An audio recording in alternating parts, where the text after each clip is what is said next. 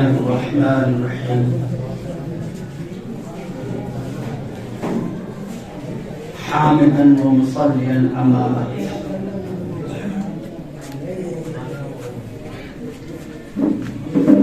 بزرگوں،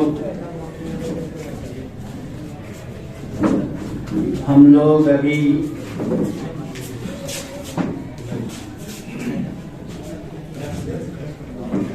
الحاج حافظ سراج الحق رحمت اللہ علیہ کی تعزیتی نشست میں بیٹھے ہیں اور الحمدللہ ان کے محاسن کو سن رہے ہیں۔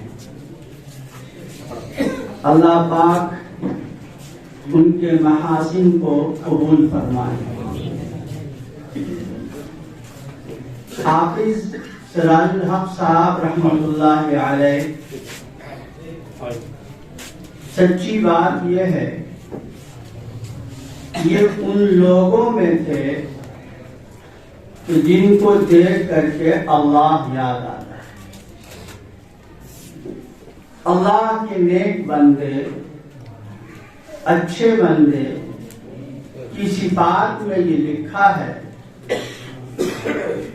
کہ جس کو دیکھ کر کے اللہ یاد آ جائے وہ اللہ کا نیک بندہ ہوتا ہے۔ میں یقین کے ساتھ کہہ سکتا ہوں کہ حافظ صاحب رحمت اللہ علیہ یقیناً انہی لوگوں میں سے تھے۔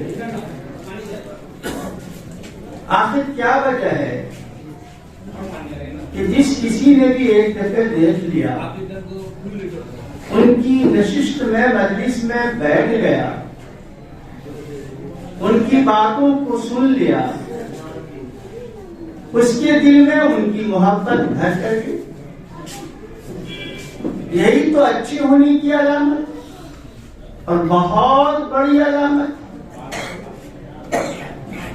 حدیث میں آتا ہے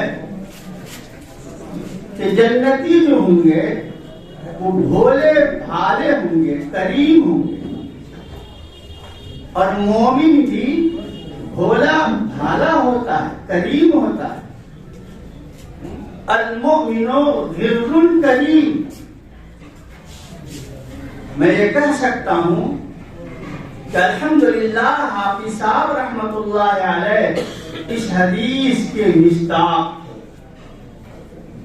جو بھولے بھالے تھے، کریم تھے، شریف النفس تھے، اخلاق ان کا اونچا، تواضع ان کے اندر اعلیٰ درجے کی، عاجزی ان کے اندر، جو ایک اچھے بندوں کے صفات ہوتے ہیں وہ صفات ان میں موجود۔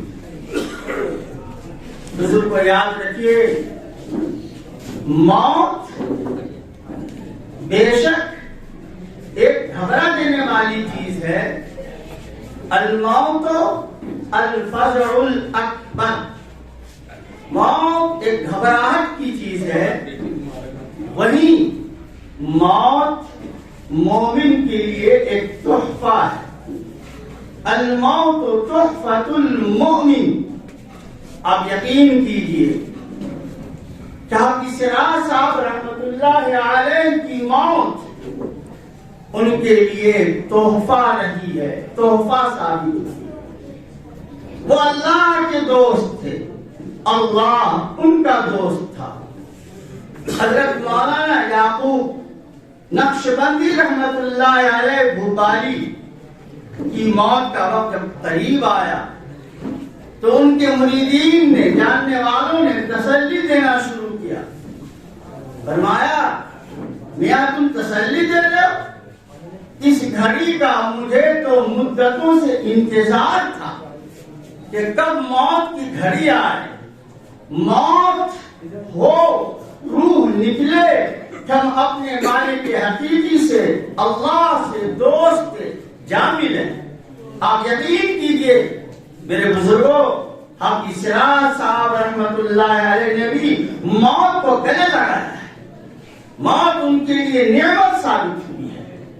اس لیے ہمیں ان کی زندگی سے عبرت حاصل کرنی چاہیے کہ جاؤ تو اس طرح جاؤ کہ دنیا والے روئیں، جاؤ تو اس طرح جاؤ کہ دنیا والے روئیں، دنیا ان کی یادوں کو یاد کر کے تذکرے کی مجلس بنائے، اس طریقے سے ہمیں جانا چاہیے۔ اس لیے ہماری یہی درخواست ہے ہم ان کی زندگی سے سبق حاصل کریں، ان کی زندگی کو اپنے لیے ایک نمونہ اپنے لیے بنائیں۔ اللہ پاک ہمیں ان کی زندگی سے سبق حاصل کرنے کی توفیق عطا فرمائے۔ وما توفیقی الا باللہ۔